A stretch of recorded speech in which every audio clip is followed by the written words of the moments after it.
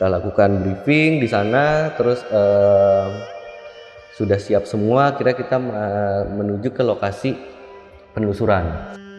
Di mobil depan ini tiba-tiba berhenti. Udah di lokasi ya, tinggal parkir. Tapi sebelum tempat parkir dia tiba-tiba berhenti. Ya, kita kan di belakang kita juga berhenti dong. Kita cuma ngeliatin dari mobil belakang kan, tanpa ngerti apa yang terjadi gitu. Dia turun, terus dia muterin mobil. Terus karena sudah memastikan semuanya baik-baik saja, dia balik lagi ke mobil, terus nyetir lagi, parkir gitu kan. Penasaran dong kita, sampai terus tadi udah parkir, terus kita tanya, tadi kenapa? Kok berhenti? Iya, mobil gue tiba-tiba sensornya bunyi semua arah. Kok bunyi? Iya, bunyi klakson mobil. Bunyi enggak di situ lu dengar ya. Setelah mereka selesai dari pohon pisang itu, mereka agak maju beberapa langkah ke arah depan pintu depan rumah yang tadi itu. Gue sebelum mau nyusul mereka, gue mendengar di belakang gue ini ada suara. Kayak suara orang dicekek, tapi kayak mau ngomong gitu. Tapi gue coba abaikan. Yaudah, orang udah pada kesana kan.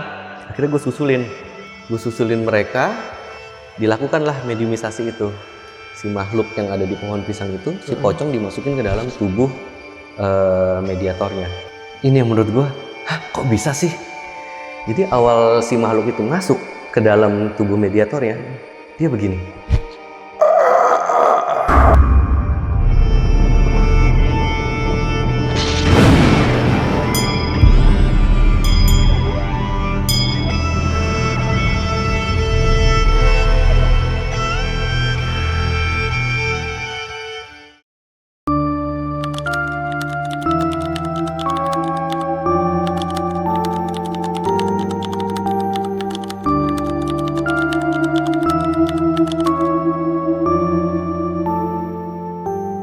Halo teman-teman, malam ini bakal ada cerita dari seseorang yang datang ke gudang semen angker yang ada di Bogor, dan dia di sana bersama rekan-rekannya nih ngalamin kejadian horor yang parah banget. Tapi sebelumnya kenalan dulu sama orang yang di sebelah gue, udah ada Bang Al. Halo Bang. Halo Bang Al dari Lari Malam Misteri. Terima kasih banyak nih Bang Gilang, kita boleh main ke studionya Lonceng Misteri. Biasanya nonton di YouTube doang ya. Sama, biasanya gue juga nonton Lari Malam Misteri di YouTube. Sekarang mau ketemu Bang. Ini mau nyeritain yang waktu lu datang ya ke sana ya, ke gudang. Betul. Gudang semen itu di Bogor. Gudang semen Ini kapan terbengkalai. kejadiannya? Sekitar 2 bulan yang lalu ya. Masih kurang baru. lebih. Masih Baru, masih anget banget. Dan memang waktu itu datang ke sana sama tim juga. Sama tim dan teman-teman kreator horor lainnya. Dan di sana apa yang lu lakuin? Penelusuran ya pasti. Penelusuran dan juga uji nyali. Oh, ada uji nyalinya. Mantap.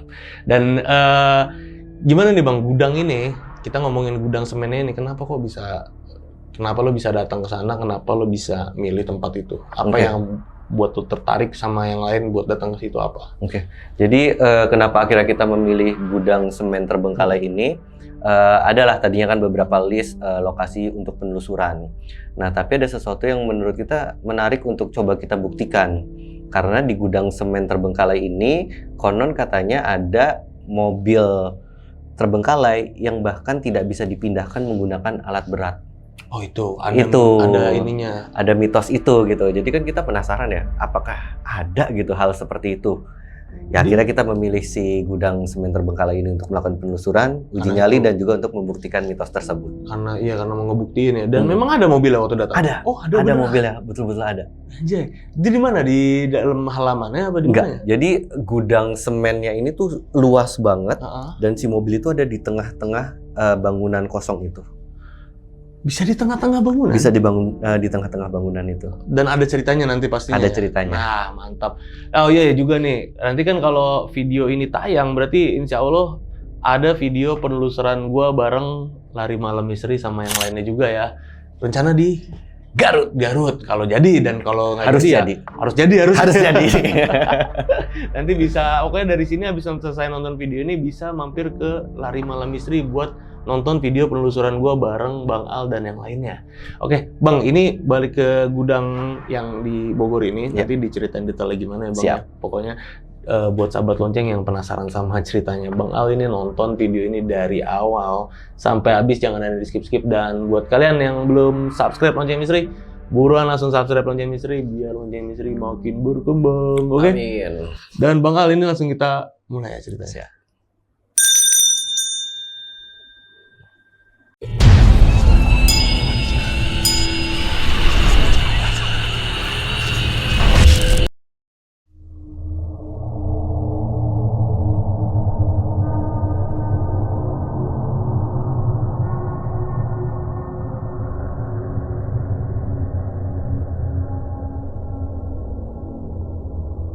Iya, jadi kita kan memang awalnya tuh konten yang ada di Lari Malam Misteri itu kan memang podcast cerita horor ya.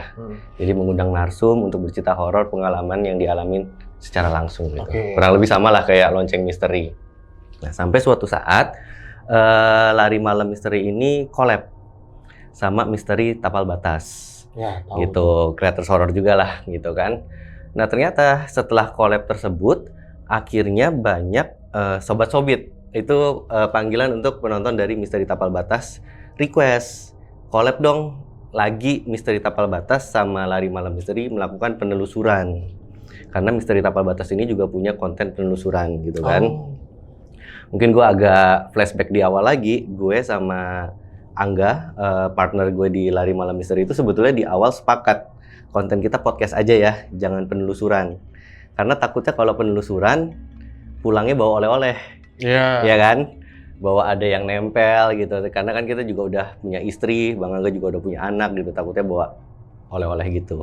Nah, tapi karena di Misteri Tapal Batas itu ada spiritualisnya yang memang ngerti lah dengan hal-hal mistis, hal-hal goib, kita merasa lebih secure untuk melakukan penelusuran. Akhirnya kita iakan permintaan dari Sobat-Sobit Misteri Tapal Batas untuk melakukan penelusuran. Nah, makin seru di sini karena waktu kita melakukan penelusuran ini, kita juga mengajak Taca. Bang Gilang juga kenal ya, Taca Horror Story gitu kan. Dia juga pernah jadi narsum di Lari Malam Misteri dan dia tertarik untuk melakukan penelusuran ternyata gitu kan. Kita mau collab sama Misteri Tapal Batas, kita info ke Taca. Taca sangat welcome dan sangat happy untuk melakukan penelusuran ini. Akhirnya dari situ singkat cerita kita coba cari lokasi penelusurannya. Akhirnya kita dapat itu adalah gudang semen terbengkalai yang ada di Bogor. Kita ke sana. Jadi di sini gue ceritakan timnya ya. Di situ ada Lari Malam Misteri. Kita berdua, ada gue, ada Angga, lalu Taca. Taca itu ngajak temennya, Dini.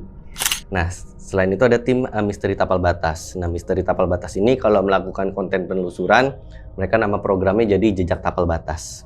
Di situ ada spiritualisnya, ada A Randy, A Iyong, A Dimas gitu. Terus juga di situ ada A Bintang yang memang disupport juga sama beberapa tim di balik layarnya lah ya.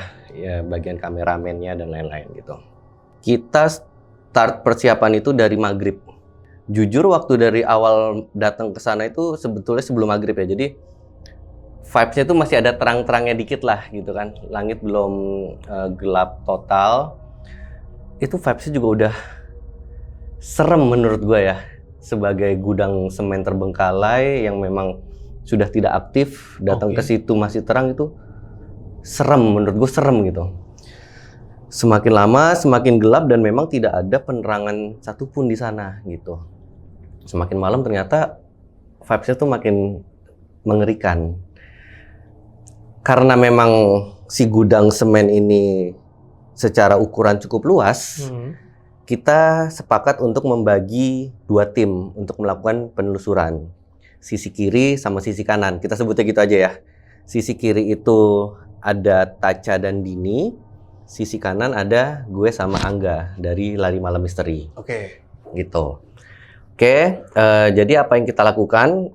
Kedua tim ini melakukan hal yang sama. Pertama mapping, terus melakukan penelusuran, dan terakhir harus memilih tempat untuk uji nyali dari tim yang lainnya.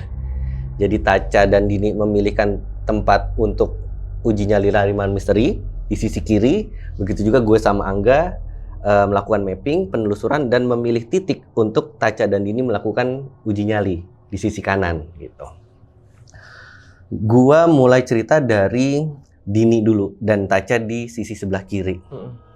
Jadi waktu mereka melakukan penelusuran gitu didampingi juga dengan tim dari MTB, Misteri Tapal Batas, kita singkat jadi MTB. Iya.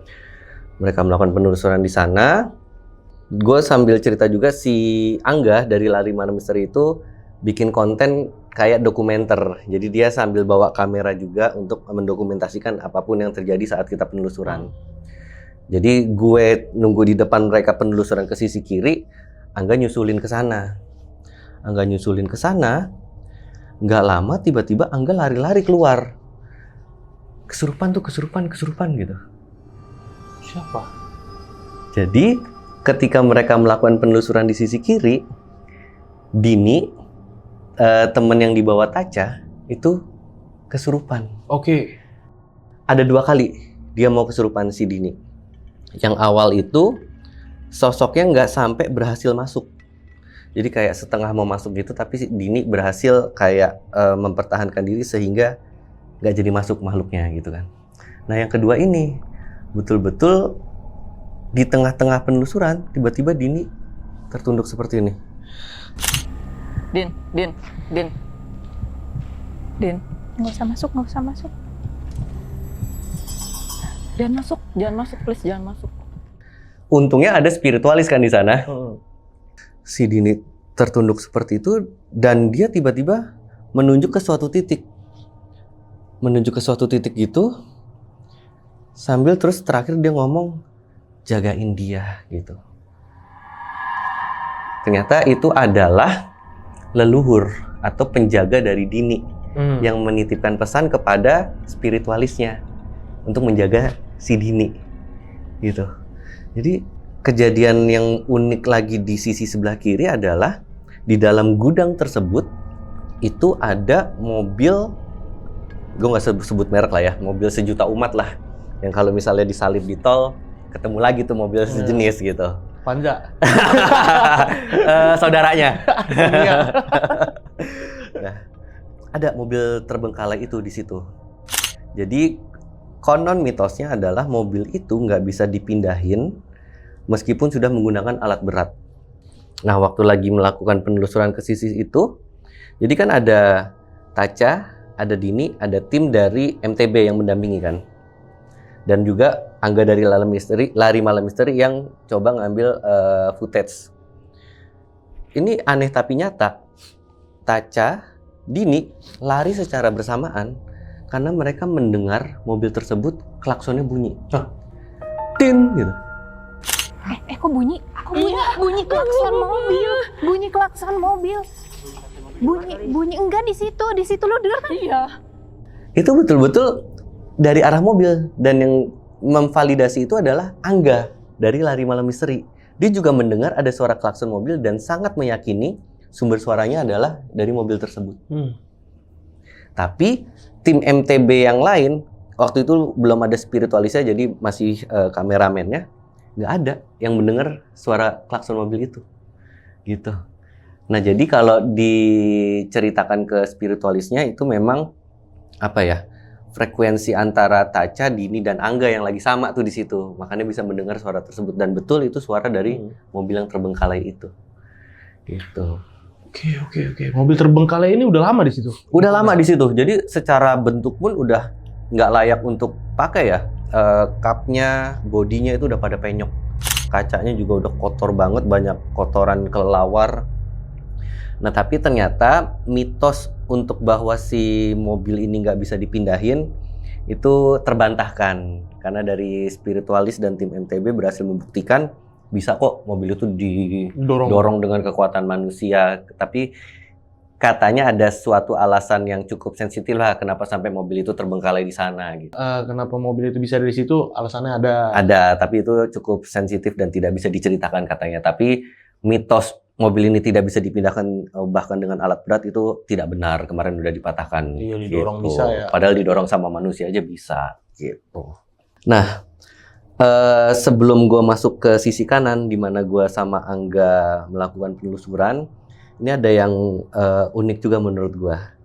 Jadi si Angga ini memang aktif di dunia kreatif lah ya. Dia suka bikin project-project pembuatan video lah ya, baik itu sifatnya divisi, TVC gitu. Kebetulan si Angga ini ada project untuk video tersebut di lokasi dekat dengan kita melakukan penelusuran di Bogor itu. Jadi dia ngecek Google Maps, lah ini mah deket sama lokasi penelusuran nanti, kata dia gitu kan. Yaudah dia waktu itu mau reki dulu untuk yang kebutuhan project videonya. Selesai reki itu, gue lupa antara selesai reki atau sebelum reki, dia mampir dulu deh ke tempat mau penelusuran itu. Pas dia sampai situ, dilalah dia ketemu sama yang jaga gudang semen tersebut. Bapak sudah cukup tua gitu. Sharing dan Angga bertanya, ini terbengkalai dari kapan, terus kenapa terbengkalai, dan ada makhluk apa aja sih di sini gitu. Ini background story-nya ya. Terus gue balik lagi ke tempat yang kita sudah lakukan penelusuran, ke waktu yang kita sudah melakukan penelusuran. Di sisi kiri si Dini, temennya Taca, waktu penelusuran dia melihat sosok Noni Belanda. Oke. Dan itu nggak cuma sekali dua kali, bahkan sampai beberapa kali lah melakukan interaksi sama si Dini ini. Tapi ternyata dibuktikan kembali oleh spiritualisnya bahwa Noni Belanda ini cuman tipu daya dari suatu makhluk yang memang ada di sana, yang bentuk aslinya adalah kuntilanak. Gitu. Jadi dilakukan mediumisasi.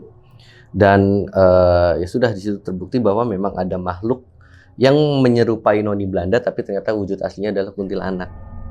Ini kenapa menjadi semakin menarik? Karena salah satu makhluk yang diinfokan oleh Bapak penjaga gudang semen ini kepada Bang Angga adalah memang ada sosok Noni Belanda di situ. Oke. Dan itu tidak diceritakan Bang Angga kepada siapapun di sana, termasuk ke gue. Jadi setelah kita melakukan penelusuran dan menceritakan apa aja yang kita lihat di sana, tervalidasi satu persatu. Salah satunya adalah Noni Belanda ini yang dilihat oleh Dini, temennya Taca. Gitu. Oke, akhirnya yang sisi sebelah kiri selesai mereka lakukan penelusuran. Mereka sudah menemukan titik untuk lari malam misteri uji nyali. Kita lanjut ke sisi kanan, di mana gue sama Angga melakukan penelusuran. Ini juga yang menurut gue, percaya nggak percaya, tapi ya ini benar-benar terjadi dan gue yang mengalami sendiri gitu.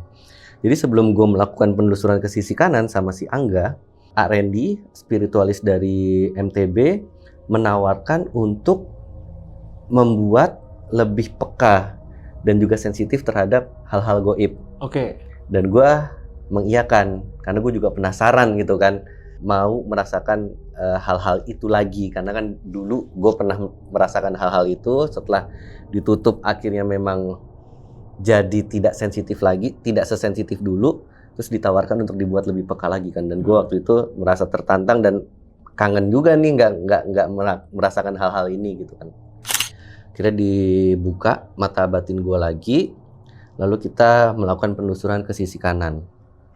Ini benar-benar percaya nggak percaya, tapi gue mengalami sendiri gitu. Jadi di suatu titik itu gue melihat ada makhluk hitam besar. Besarnya itu betul-betul di atas manusia normal lah. 2 meter, 3 meter tuh ada kali itu makhluk. Tingginya segede itu gitu, setinggi itu. Bolak-balik, bukan yang cuma sekelibat hilang, enggak. Betul-betul dia bolak-balik seperti kepo. Ini kenapa ada orang rame di sini? Iya. Bolak-balik gitu. Dan ini semakin menarik juga karena ketika gue menyampaikan cerita tersebut, gue ngelihat makhluk hitam besar. Angga nanya di mana? Di sana, di dekat rumah putih, di depan pohon pisang. Ternyata tervalidasi lagi. Kata bapak penjaga yang Angga tanya sebelumnya itu, di titik tersebut memang ada makhluk hitam gede. Tanpa Angga sebelumnya cerita ke gue ya. Jadi waktu gue cerita gitu, Angga baru menyampaikan 2 hal nih tervalidasi, Noni Belanda sama makhluk hitam gede itu. Sama ya makhluknya? Sama. Gitu. Oke, kita melakukan penelusuran ke kanan. Di sebelah kanan itu ada pohon pisang, bisa dikatakan kayak kebun pohon pisang ya, karena jumlahnya banyak gitu. Entah kenapa waktu gua ke arah situ, jalan ke arah sana, ini gue bukan ngeliat secara visual dari mata gue begini ya, tapi gue kayak mendapat suatu visualisasi di apa ya, alam bawah sadar gue, di pikiran gue tervisualisasikan lah. Di situ banyak pocong, dan ada salah satu pocong itu yang tingginya sampai ke 4 meter. Akhirnya gue konfirmasi ke spiritualisnya, di sini banyak pocong ya? Iya. Ada yang tinggi banget ya? Katanya iya, betul. Gitu. Terus kita ke salah satu titik lagi, ruangan di ujung sana gitu.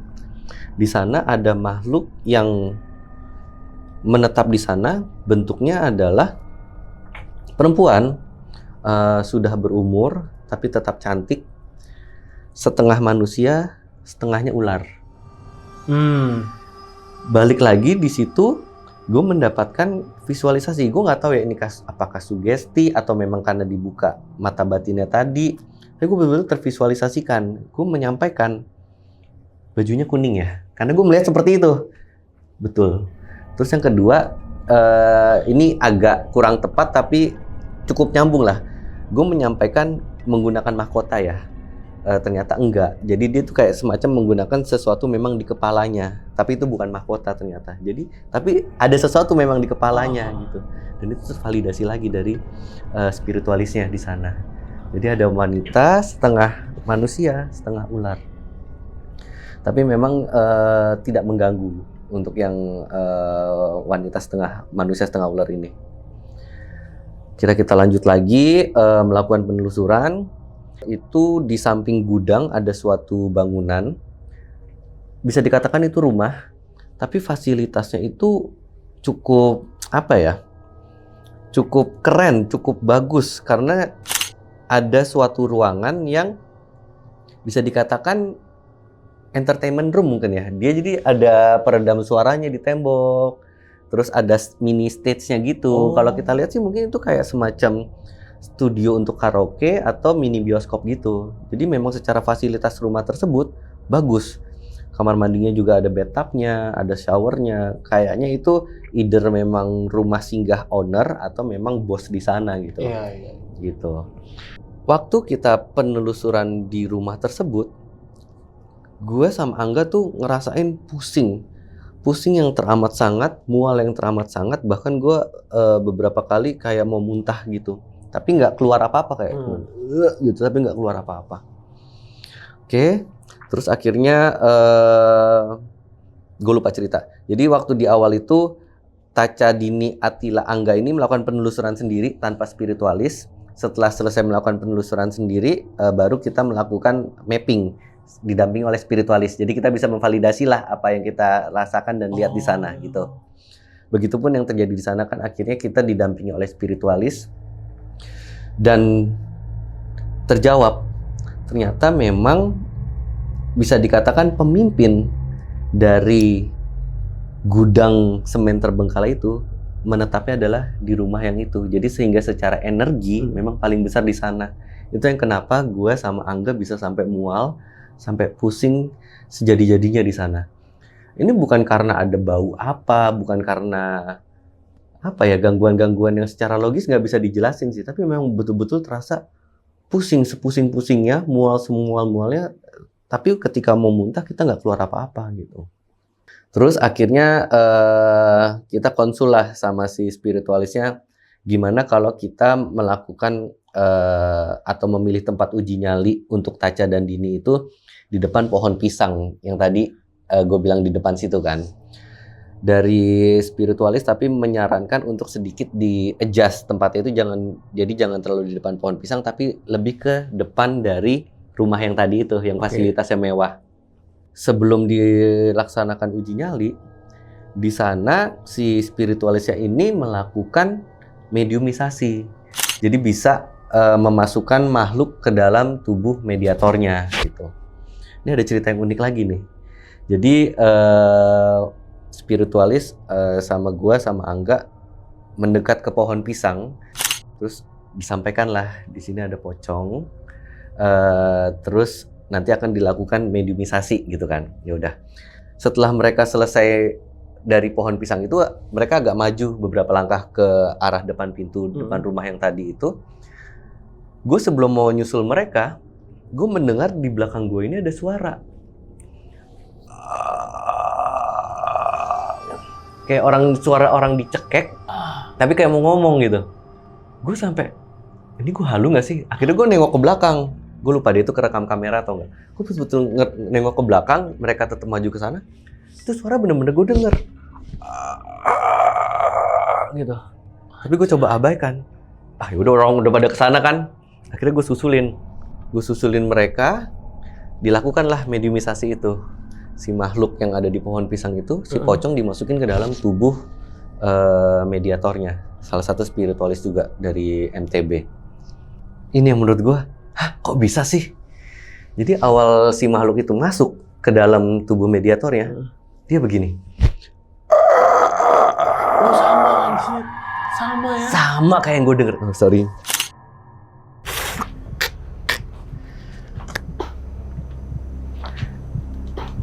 Bang Al dan Bang Angga boleh nanya.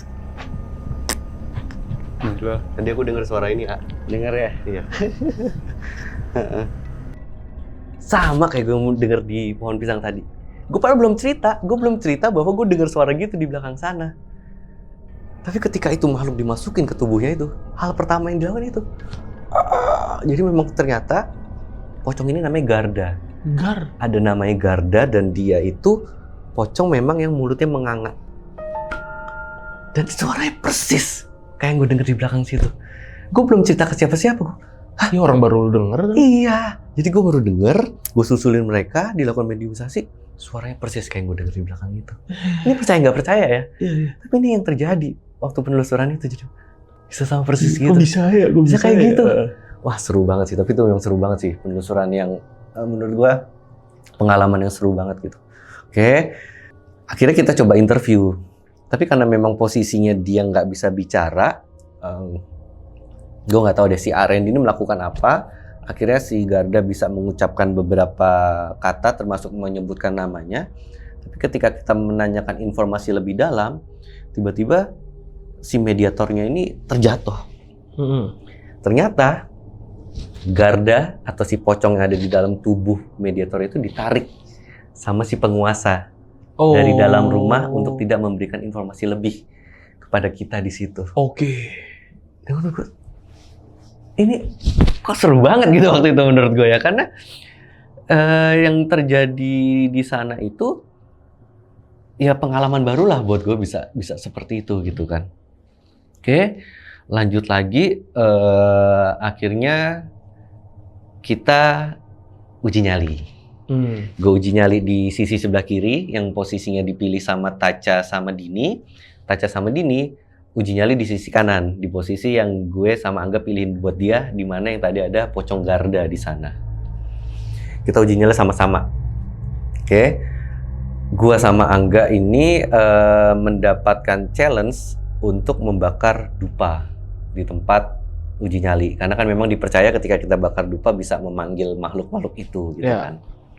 Sayangnya tapi ketika kita uji nyali itu tidak ada satupun penampakan sosok.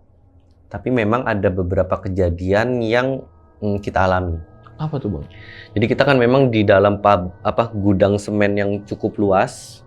Di dekat lokasi si mobil terbengkalai tadi itu, kita berdua nunggu di sana. Bakar dupa. Di atas gedung itu, gudang itu, ada yang nimpuk. Tak. Suaranya juga kerekam kok di kamera. Jadi lokasinya ini adalah pabrik atau gudang terbengkalai ya. Gudang dari semen. Betul. Penelusuran bareng teman-teman MTB JTB. Betul. Nah, tuh ada suara jatuh kerikil Iya. ya. Kerikil jatuh ke... Kita coba abaikan. Timpukan itu jadi 2 kali.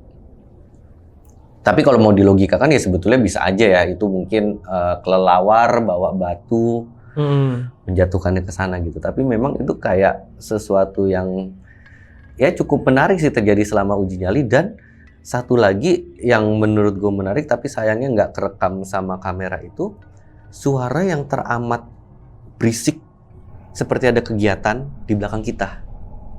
Jadi ini gudang kosong, cuman ada mobil terbengkalai satu sama tumpukan semen-semen yang udah keras, karung semen yang udah keras. Kita duduk berdua di sana, di ujung sana seperti kayak ada aktivitas. Aktivitas apa? Orang-orang banyak itu, langkah-langkah kaki, berisik-berisik. Kayak ada kegiatan yang dilakukan. Ada kegiatan. Ya? Tapi itu nggak kerekam di kamera sayangnya. Tapi lu dengar? Tapi gue dengar. Gitu. Makanya gue penasaran banget nih selesai kerekam nggak ya di video. Sayangnya suara itu nggak kerekam, tapi suara timpukan-timpukan itu kedengeran. Oh. Nah, kesepakatannya sebetulnya kita uji nyali itu cuma 10 menit. Tapi karena gue sama Angga penasaran belum dapet sosok, kita bahkan bertahan sampai 40 menit. Tapi ya ternyata setelah 40 menit pun nggak ada satupun sosok yang tertangkap kamera. Kurang lama bang, 5 jam bang. Harusnya ya, iya. Harusnya ya. Nah, terjadi cerita yang unik juga adalah di sisi uji nyalinya Taca sama Dini di sebelah kanan. Oh, uji nyalinya ini berdua-dua? Jadi sebetulnya itu ternyata jadi salah satu faktor juga kenapa tidak ada penampakan sosok. Karena memang harusnya sendiri-sendiri. Harusnya sendiri-sendiri. Yes. Itu kata spiritualis yang jadi nextnya mungkin ketika kita bakal penelusuran lagi, uji nyali lagi sendiri-sendiri sih jadinya gitu. Nah, Taca sama Dini di sisi kanan, di situ mereka melakukannya sambil live TikTok. Si Taca kan emang creator horror di TikTok ya, jadi dia sambil live TikTok gitu. Ya, suasana cukup mencekam, banyak kejadian-kejadian juga, tapi yang paling epic kan sebetulnya kita sepakat untuk uji nyali 10 menit. Taca sama Dini baru 9 menit, dia udah lari. Wah, udah belum? Gue udah melihat ada yang tolong. Sini dong. Karena si Dini itu ngerasa ada yang merangkak dan mendekat ke mereka. Wajah. Dan sayangnya tapi itu nggak ketangkap kamera juga gitu. Tapi mereka nggak sampai selesai untuk uji nyalinya, 9 menit doang. Ada suara gitu. ngerangkak gitu ya? Ada ngerangkak atau ngesot gitu. Gitu. Jadi mereka benar-benar tidak menyelesaikan uji nyalinya, cuma 9 menit doang gitu. Waduh, nggak ditungguin. Harusnya direkam ya, diambil tuh apa tuh yang ngesot gitu. Ya udah, akhirnya setelah uji nyali masing-masing terjawablah. Di sisi kiri itu memang ada apa istilahnya kayak pemimpinnya gitu, makhluk yang setengah badannya itu manusia, setengah badan itu kalajengking. Terus di sisi yang kanan yang tadi rumah fasilitasnya cukup mewah, ternyata juga ada pemimpinnya di sana. Nah, yang unik juga di sini adalah informasi yang didapatkan Angga di awal. Jadi katanya di gudang semen terbengkalai itu ada 8 makam awalnya. Tapi baru 2 yang dipindahkan. Direlokasi lah. 6 makam sisanya masih tertinggal di sana. Nah itu relate ternyata makam-makam yang tersisa di sana, korin-korinnya itu ditahan oleh pemimpin yang ada di sisi kanan tadi itu, diikat sama si pemimpinnya di sana. Dan itu juga gue lupa istilahnya apa, tapi kayak mereka akhirnya dibantu dibebaskan sama spiritualisnya. Seperti itu. Jadi dan gue ngelihat perangnya mereka nih antara si pemimpin sama si spiritualisnya. Jadi pemimpinnya itu dimediumisasi ke dalam mediatornya. Dan mereka perang, bahkan sampai si spiritualisnya ini harus menggunakan apa ya istilahnya, senjata goibnya gitulah, yang ternyata memang secara level dan kemampuan si pemimpin di sana tuh cukup tinggi. Jadi bukan makhluk ecek-ecek lah istilahnya gitu. Ya itu menurut gue pengalaman yang seru sih. Mungkin Bang Gilang nih kapan-kapan harus penelusuran sama kita juga. Wis. Kapan nih? Pastinya deket-deket waktu ini ya. Harusnya. Penasaran juga gue bang. Ya kan, nggak cuma penelusuran, harus dibuka mata batinnya dan uji nyali juga. Nah ini kalau video ini tayang berarti nanti ya pasti barengan juga ada video penelusuran gue ya sama Lari Malam sama MTB insya Allah ya. Insya Allah. Nanti jadi habis dari video ini bisa langsung ke videonya Lari Malam Misteri. Itu ada video penelusuran gue bareng sama Bang Tila sama yang lain, rame-rame. Kita rame nggak sih itu? Enggak ya, nggak terlalu lah ya. Kalau terakhir sih gue menginfokan ini ke teman-teman MTB, bahkan Taca pun mau ikut lagi katanya. Iya, pokoknya abis dari video ini harusnya ini ada video penelusuran gue di Lari Malam Misteri bareng sama Bang Tila bareng yang lain. Nah nanti langsung ke channelnya Lari Malam Misteri aja sahabat lonceng ya, karena gue juga penasaran mau datang langsung gitu. Uji nyali sendiri ya, uji nyali sendiri ya. Gue orangnya lempeng-lempeng aja bang. Harus sambil bakar dupa, bakar terasi gitu, biar bisa mancing juga. Bakar apa aja nanti gue bakar bang di situ. Bakar ban ya? Iya bakar ban. Demo. Iya, demonya sama setan. Terus gini bang, itu pengalaman penelusuran pertama lo atau sebelumnya udah pernah nih? Oke. Pertanyaan menarik. Jadi kalau gua sama Angga kan sebetulnya sepakat untuk di Lari Malam Misteri ini kita kontennya podcast aja. Yes. Jadi kalau untuk Angga ini adalah pengalaman penelusuran dia pertama kali. Kalau untuk gue ini adalah pengalaman penelusuran gue yang kedua. Yang pertama kedua. Nah ini juga seru untuk diceritakan. Thank you for the question. Jadi gue tadi bahkan gak kepikiran untuk cerita ini, tapi ini pengalaman juga cukup epic sih. Iya karena pertama kali kan. Ini adalah pengalaman penelusuran gue pertama kali. Jadi di kantor gue sebelumnya, gue kerja di IDN dan IDN ini punya program horor lah, namanya Bukan Horor. Pernah dengar tuh. Hostnya itu ada Bang Dul namanya. Jadi kita melakukan penelusuran ke rumah terbengkalai yang ada di tengah-tengah pemakaman umum yang ada di Kabupaten Bogor. Kabupaten Bogor? Oke. Jadi, menurut gue ini juga ceritanya epic dan gue belum pernah cerita ke mana-mana nih. Di sini baru pertama kali. Mantap. Jadi, kita melakukan kumpul dan briefing terlebih dahulu lah ya. Di suatu resto, cafe yang ada di dekat lokasi penelusuran. Ini sama tim nih? Sama tim dari Bukan Horor gitu kan. Dan di sini juga ada spiritualisnya, gitu. Buat yang jagain lah. Siapa yang waktu itu spiritualis? Inframe nggak? Nggak. Inframe, gue lupa lagi namanya siapa. Inframe. Inframe tapi dia. Inframe. Oke. Kita lakukan briefing di sana, terus sudah siap semua. Kira kita menuju ke lokasi penelusuran. Sebetulnya lokasi juga nggak deket-deket banget dari si resto cafe ini, tapi itu mungkin tempat paling proper lah untuk kita kumpul gitu kan. Terus ada beberapa mobil. Nah, gue di mobil salah satu kru. Ini mobil sedan. Kita betul-betul ngikutin mobil depan. Di mobil depan ini tiba-tiba berhenti. Udah di lokasi ya, tinggal parkir.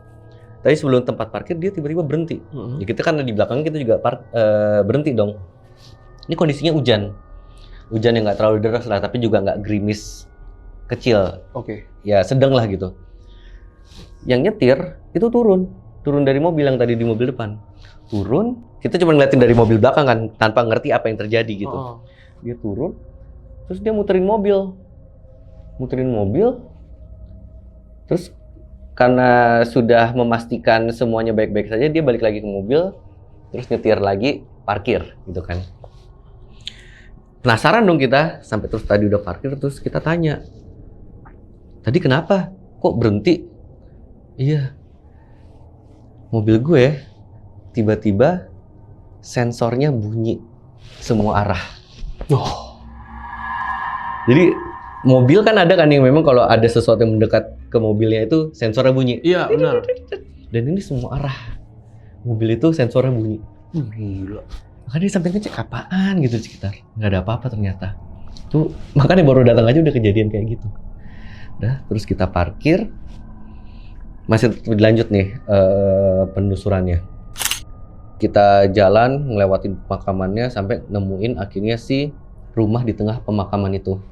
Rumahnya memang sudah cukup sangat terbengkalai ya, bahkan beberapa tembok juga udah tidak utuh, atap-atap plafon juga udah pada hancur, bolong, jendela-jendela udah pada pecah gitu kan. Udah, kita masuk ke sana. Ini jadi rumah 2 lantai ya. Kita masih penelusuran di bawah, bener-bener fokus penelusuran di bawah. Di atas tuh ada suara langkah kaki dan langkah kaki yang besar.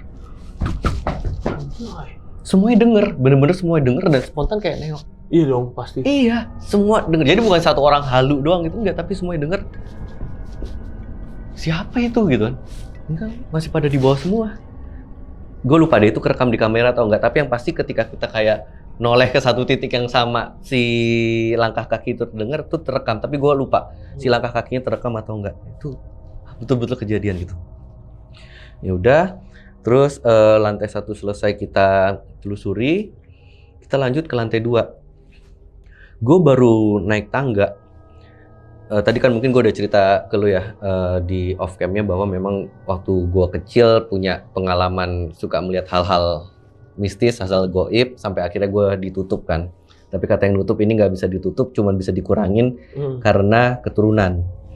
Jadi setelah itu ya gue masih bisa lah merasakan merinding, mual, pusing kalau memang ke tempat-tempat yang angker.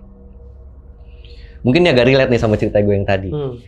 Jadi ketika gue naik ke lantai 2, dak, jadi dia bentuk tangganya begini, terus begini lagi gitu kan. Oke. Pas gue mau yang ke sini, kaki gue betul-betul lemes.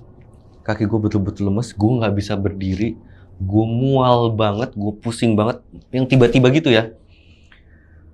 Sampai gue betul-betul jongkok di situ, mau muntah nggak keluar apa-apa, sampai orang-orang kasih minum dulu.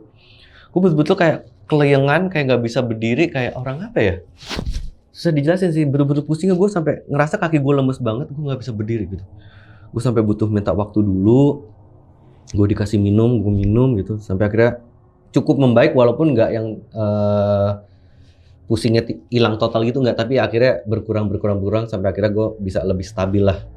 Akhirnya kita keliling di lantai 2 itu, terus di satu momen gue lagi menghadap ke kamera, Bang Dul lagi menjelaskan sesuatu ke kameranya.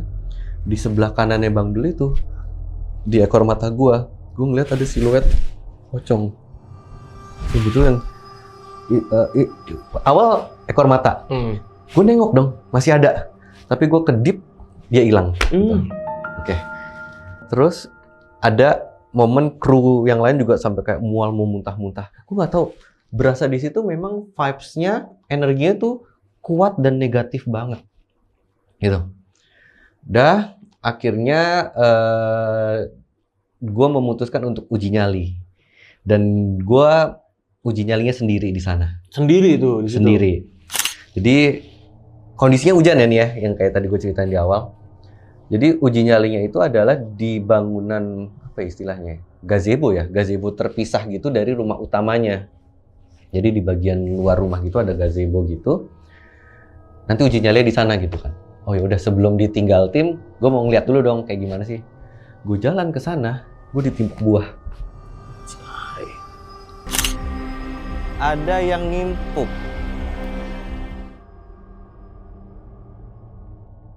Ditimpuk buah bener-bener. Dan itu kerekam ya, ada buah kecil ketimpuk buah gini.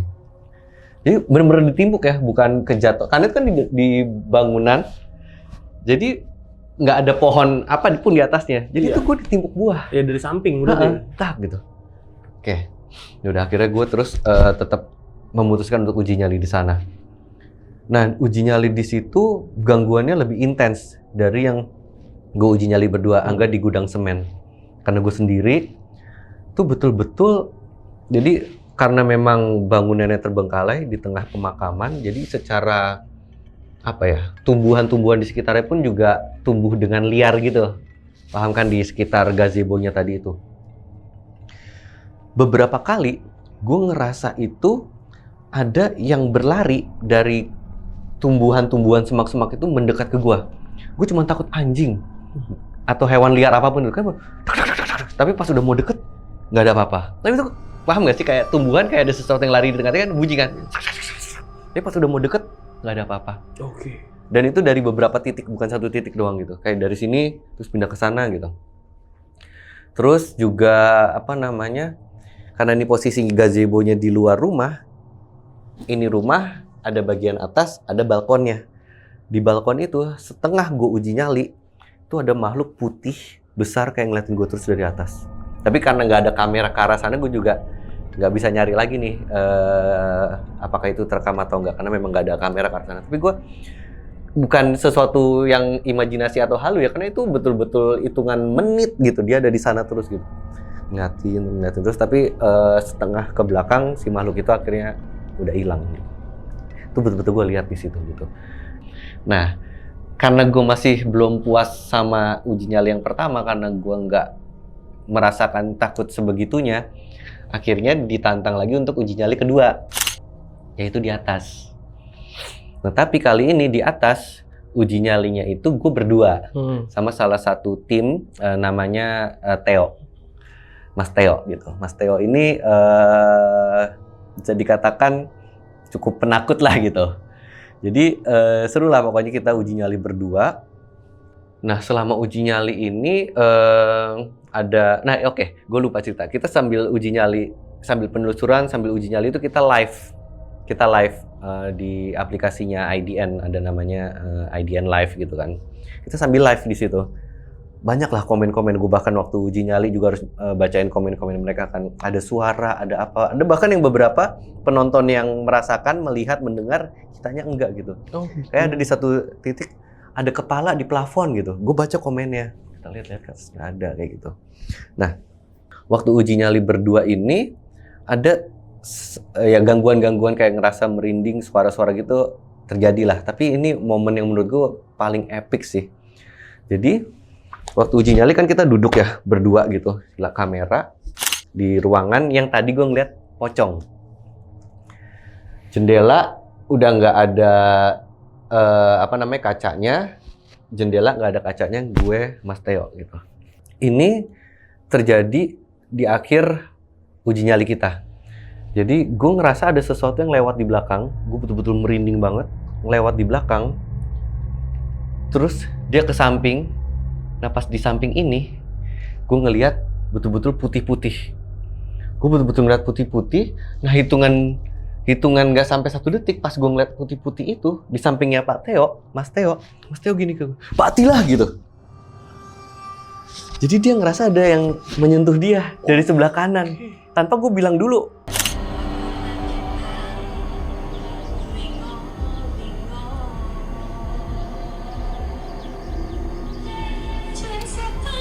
Kenapa, Pak? Kenapa, Pak? Kenapa, Pak? Ada yang nyentuh?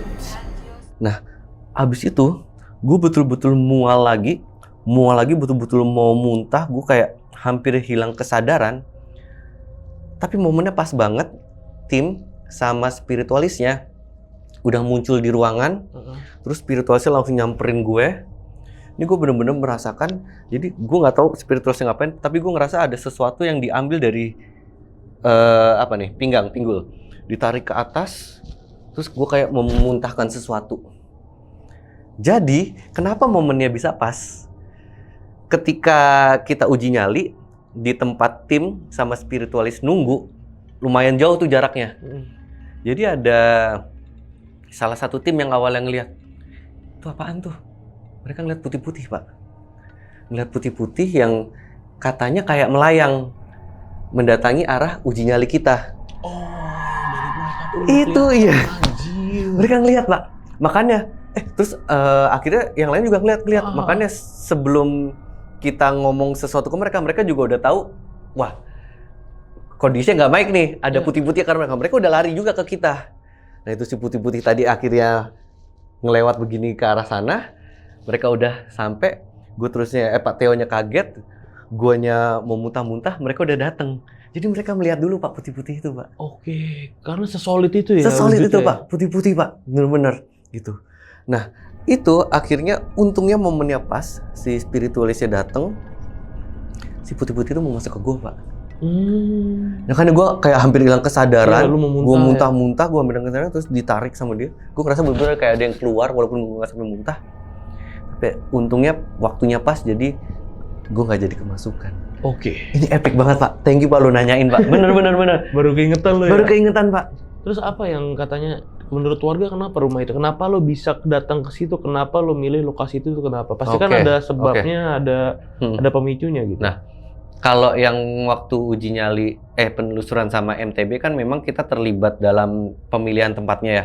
Nah, kalau yang bukan horor ini kan program Bang Dul dan kawan-kawan, dan gue waktu itu cuman ikut aja. Jadi gue background story-nya kenapa dipilih itu gue kurang tahu detailnya, tapi yang pasti memang di situ udah banyak cerita dan sudah beberapa kreator horor juga yang melakukan penelusuran di sana sih. Oh, udah banyak. Udah beberapa, banyak gue nggak tahu, tapi sebelum kita udah ada yang kesana. Oke, udah ada yang kesana. Gitu. Tapi itu bener-bener kalau ditarik benang merahnya epic banget sih Pak. Kebayang nggak sih? Jadi di kejauhan sana ada yang ngeliat putih-putih datang ke arah kita. Tanpa mereka cerita dulu ke kita juga merasakan hal yang sama. Iya. Ada putih-putih lewat. Pak Theo yang bahkan juga nggak sensitif tapi penakut merasakan ada yang menyentuh dia di sebelah kanan ini. Terus gue mual, mau muntah, ternyata ada yang mau masuk ke gue. Tapi berarti terornya lebih parah yang di rumah ini ya dibanding sama yang gudang itu ya berarti ya? Kalau bisa gue katakan sih Teror ininya loh maksudnya makhluknya solid, iya kelihatan. sih, betul. Terus, Bahkan ada usaha dari dia untuk masuk ke dalam tubuh gue. Iya betul. Kalau dikatakan secara teror, iya betul. Bisa mungkin dikatakan kalau yang lebih di serem gudang yang itu ini. mungkin kalau yang di gudang kan karena memang spiritualis ada lebih dari satu mungkin Iya ya. betul. Jadi mereka pun agak jaga jarak nih. betul. Jadi. Bisa jadi kalau logikanya seperti itu. Wah Ada itu jadi dua. recall lagi tuh gue kejadian itu, dan gue belum cerita ini di channel-channel lain sih Pak. Mantap. Terus kalau yang di gudang itu kenapa gudangnya bisa yang datang ke sana sama MTB?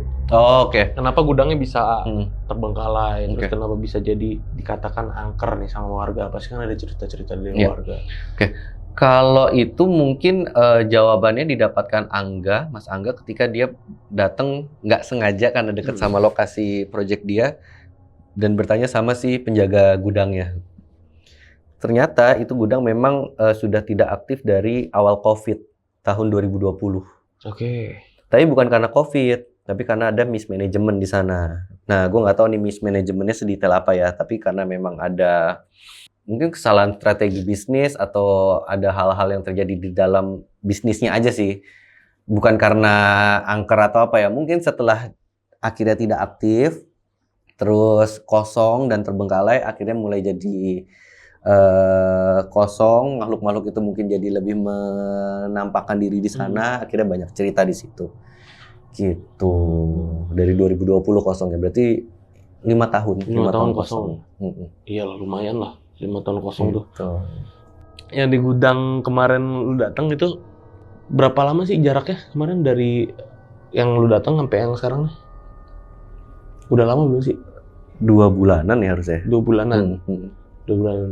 Oke, 2 bulanan. Tapi nggak ada yang gimana-gimana kan Bang di rumah setelah pulang dari situ gitu loh. Nah, sebelum pulang kita tuh kayak di cleansing dulu sama spiritualisnya. Gitu. Ada ininya, Jadi ada ada pembersihannya lah, karena Ya. kita udah ngomong kita pulang nggak mau bawa oleh-oleh. Nah itu yang gue penasaran Gitu. tadi, apakah lu bawa pulang bawa oleh-oleh, bawa door prize? Enggak, Karena kan baru nih kejadiannya kan? Baru 2 bulan yang Baru lalu. 2 bulan yang lalu, baru banget. Oke Bang Al, sekarang berarti lari malam masih aktif ya konten ya? Masih. Lari malam misteri, kalau lari malam doang capek. Lari malam capek ya? Kurang misterinya tadi. Kurang misterinya.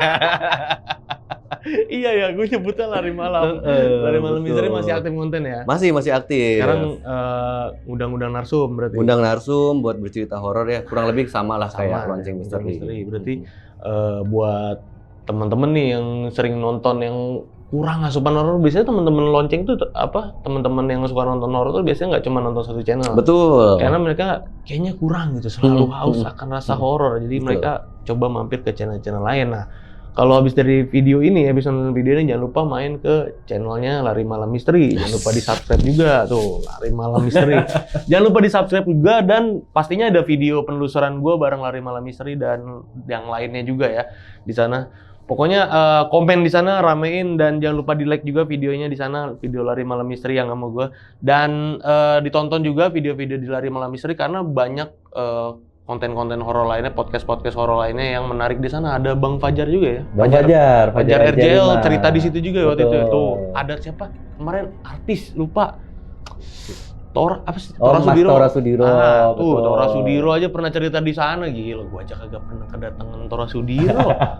Dia udah langsung ke sono main. Gokil, cerita horor panjang lagi dia cerita ya. Panjang 4 Iya. cerita. Awalnya dia bilang cuman ada 1 cerita horor gitu. Tapi ternyata sambil ngobrol gini dia baru keinget lagi. Oh iya ada lagi. Jadi ini cerita-cerita horor yang Mas Tora alami berkaitan sama waktu dia syuting film. Oke tuh, pokoknya banyak banget tuh. Ada Fajar JL, ada Tora Sudiro di sana cerita. Pokoknya jangan lupa main ke Lari Malam Misteri. Nah, linknya ada di deskripsi juga dan yang pastinya sukses terus Bang Amin. Al kontennya. Lari Malam Misterinya sukses terus ya sama Sukses Bang juga. Angga. Bang Gilang sama Amin. Lonceng Misteri. Thank you, Sukses Bang, ya. terus. Doakan Thank- Lari Malam Misteri bisa sebesar Lonceng Amin. Misteri. Lah kita mah masih kecil, Bang. Gak segede RJL itu baru gue doain. Amin. Oke, ini thank you banget Bang ya udah nyeritain ini sama teman-teman di rumah dan sama gue juga. Dan buat yang udah nonton video ini dari awal sampai habis gimana nih pendapat kalian? Tulis di kolom komentar. Dan buat yang mau cerita datang langsung ke sini itu caranya gampang banget. Kalian bisa klik link di deskripsi di bawah video ini, itu di link yang kirim cerita langsung arah ke WA kita. Oke, di akhir video ini gua Gilang izin pamit, Bang Al dari Lari Malam Misteri izin pamit. Wassalamualaikum warahmatullahi wabarakatuh.